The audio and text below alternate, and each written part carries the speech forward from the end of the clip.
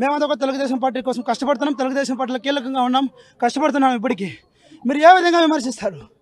4 గోడల మధ్య మీరు ఏదో చెప్పేసినారు, చప్పట్లు కొట్టేసి. ఆయన తప్పేమున్నా మా అభిమానులు ముందు పెట్టండి, ఒకటే చెప్తాం మేము ఎవరికైనా కానీ, అది ఎమ్మెల్యే అయిపోయి సీఎం అయిపోయి ఆయన తప్పంటూ ఏమన్నా ఉంటే ఆయన ముందు పెట్టండి. మేము అభిమానులుగా మేము ఖండిస్తాం.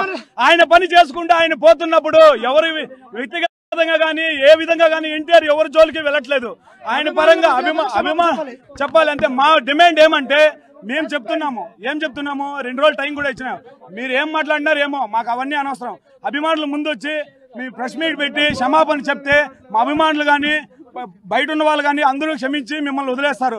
లేదని మీరు నెగ్లెక్ట్ చేసుకొని మీరు ఇప్పుడు కూడా ఏం చేసినారు, గంటకు ముందు కూడా మీరు మెసేజ్ చేసినారు, మట్టి వినాయకులు పెట్టండి, ఇవి పెట్టండి. దానికి టైం ఉంది. ఇంతమంది అభిమానులు, వేల మంది అభిమానులు, మీకు ఎంతమంది 2 రోజులు టైం ఇచ్చినారు. మీకు ఇంటికాడికి వస్తామని కూడా చెప్పినాము. ఇప్పుడు 1000 మంది వచ్చినారు. అంతమంది ఇది ఇటుక ఆగదు. మీకు మేము ఇచ్చిన మర్యాద ఏమంటే 2 రోజులు టైం ఇచ్చినాము. అది ఎలా జరిగిందో మేము అడగట్లేదు. మాకు టైం ఇచ్చి మీరు బయట వచ్చి క్షమాపణ చెప్తే వదిలేస్తాం, లేదంటే ఇది ఇంతటితో వదిలేదు లేదు.